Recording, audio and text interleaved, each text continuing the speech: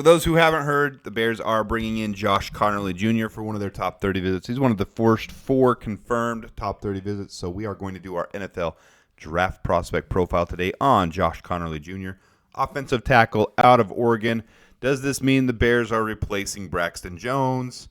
Probably not. They spoke very high praise of him. I'm not going to go full in-depth on that aspect of it. We're going to focus on Josh Conerly, but it makes sense either way for the Bears to shore up behind these starters, because last year our biggest weakness was not our starters. It was our reserves. It was our backups. We had so many go down with injuries. Even some of the new guys that we signed. Joe Thuney played all year, but the other ones, they had injuries as well. You never know when an injury is going to strike. You need to shore up behind the starters. Now, there's several teams that are bringing in Josh Conerly to have a top 30 visit. In fact, 7 teams have reportedly scheduled him so far. So far, they report that Josh Conerly is going to visit with the Falcons, the Bears, the Bengals, Texans, Saints, Eagles, and Commanders.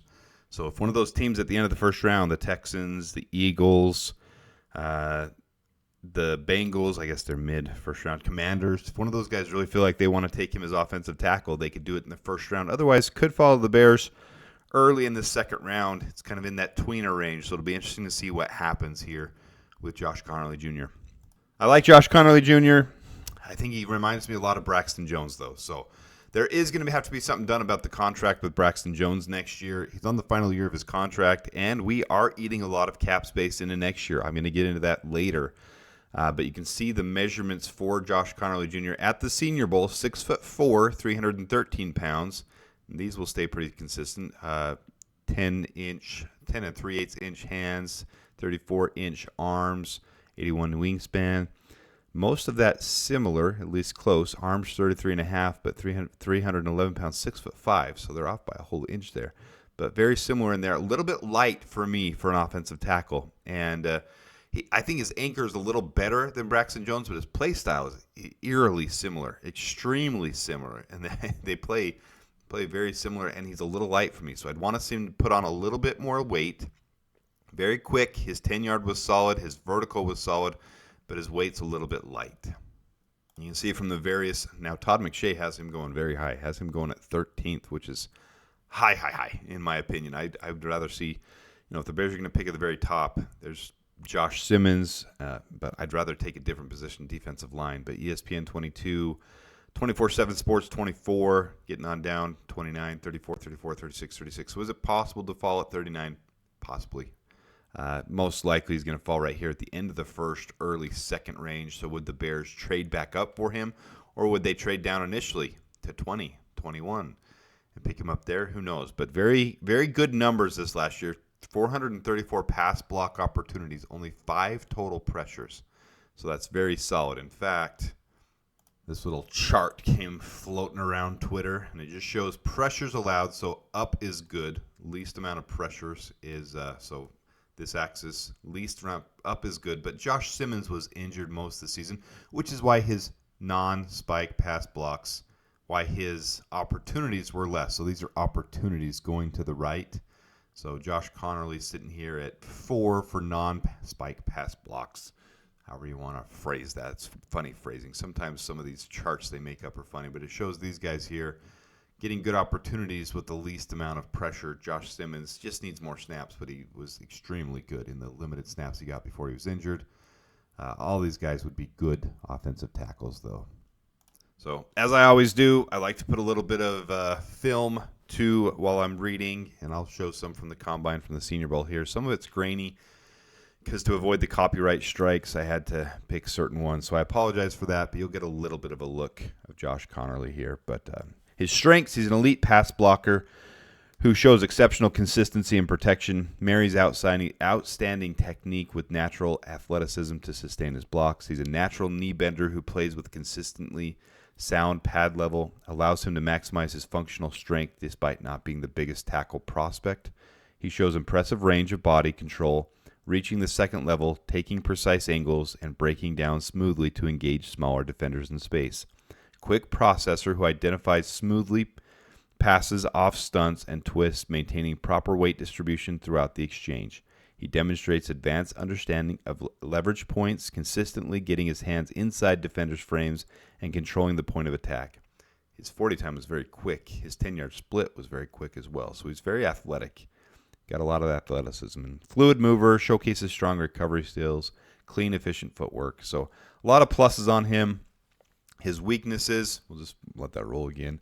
Get caught overextending against hesitation moves, allowing crafty rushers to work back inside when he gets too aggressive with his initial set. While improving current play strength is merely adequate, and he can struggle to sustain blocks against powerful defenders who get into his frame. He just needs to increase his size. He needs to hit the gym a little bit. I'm telling you, he reminds me a lot of Braxton Jones. So he's got good technique, though. Pure mass and anxious strength remains a work in progress. And sometimes he doesn't play all the way through the whistle. So some of those things can be a little bit of a weakness for him. Their summary for him, he put on Washington tape, and you'll see everything you need to know about Josh Conerly Jr. NFL readiness. Watch him mirror that explosive edge rusher play after play, staying patient in the set, keeping his shoulders square, and using those quick feet to shut down every counter move throughout the way. This is a day one starter at left tackle who already shows advanced processing skills and normally takes years to develop. The way he identifies stunts, pre-snap, and smoothly passes off rushers tells me the game has slowed down for him mentally. The more film study, the more convinced I am that his true calling is in a wide zone system where his rare movement skills can be weaponized. When he gets on his horse and reaches the edge, it's over. Defenders simply can't match his combination of burst and body control. Sure, he's going to need some help against some of the league's power rushers early on, but his technical foundation is rock solid. His hand placement, the knee bend, the weight distribution, it's all there. Plus, at just 21 years old with a basketball background, his ceiling remains sky high. In a deep tackle class, Conerly separates himself by being both floor and ceiling. While other prospects are either polished with limited upside or raw with elite traits, he gives you the best of both worlds. This is a blue-chip left tackle prospect with Pro Bowl potential by year 3. The tape, the testimony, the trajectory, it all points to a player who should be gone by pick 30. Any team running outside zone that passes on him in the first round is going to regret it. So that was written by Lennox Tate. So I like Josh Conerly Jr. I want a bigger left tackle. That's always just kind of been my wish. And Ariante Ursery kind of fits that bill for me. 330 plus pounds with the same athleticism. But I'm not going to complain about Josh Conerly. Any of these top prospects, we're going to need someone to replace Braxton Jones eventually. So I'm not going to complain about Josh Conerly. I just think there's a little bit more to clean up. He needs to add some weight. But if he does that, if the Bears scout him, they see what they like in him because he does move quick and fluid. He does bend his knees better than Braxton Jones. He does have better technical skills day one. Now imagine that with Braxton Jones working 4 years.